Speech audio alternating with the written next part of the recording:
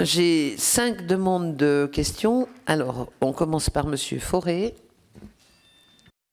Oui, Madame la Présidente, Messieurs les rapporteurs, j'ai écouté, moi, avec vraiment beaucoup d'attention ce que vous nous avez présenté, en clair des investissements hasardeux dans le secteur minier pour un groupe comme Areva, des défauts de fabrication à répétition sur les cuves, les chaudières, etc. Un système Panexpresso pour le coup, mais un peu de poupée russe où à chaque fois qu'on ouvre un système, on trouve encore une erreur ou un problème technique. Un chiffre d'affaires de 8,3 milliards d'euros, dont la plupart est fait à 43% en France. C'est donc quelque chose d'assez franco-français, puisque la plupart des salariés sont eux aussi employés sur notre territoire. 41 000 collaborateurs, on peut se dire qu'il ne faut pas multiplier par 5, mais au moins par 3,5 à peu près dans le secteur industriel comme celui-là.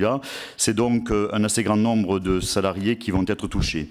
J'ai assisté à l'audition le 24 mars 2015 de Philippe Knorr, qui est venu en tant que DG, nouveau DG.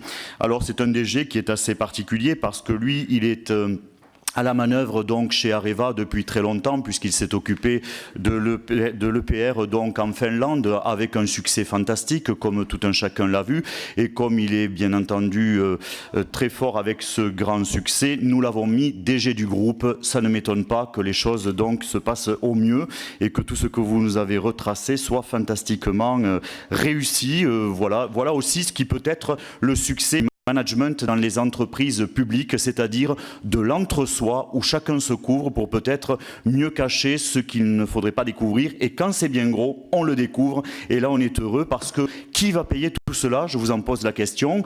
Est-ce que ce sont les Français au travers du kilowatt EDF? Parce que s'il y a à un moment donné une reprise, notamment de Areva, NP, eh bien, pour quelques milliards, c'est ce qui va se produire. C'est-à-dire, nous, Français, nous paieront au travers du kilowatt les choses. Donc je voudrais savoir si ça peut être donc une solution au problème.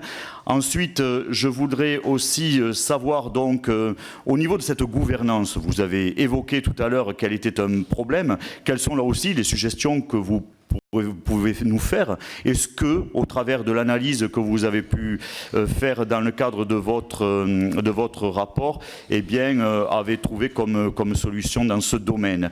Dernier point, il semblerait aussi que dans la direction de cette société, vous avez cité tout à l'heure Anne, donc je suppose qu'il s'agissait de l'Auvergeon, puisque le nom n'a pas été prononcé tout de suite.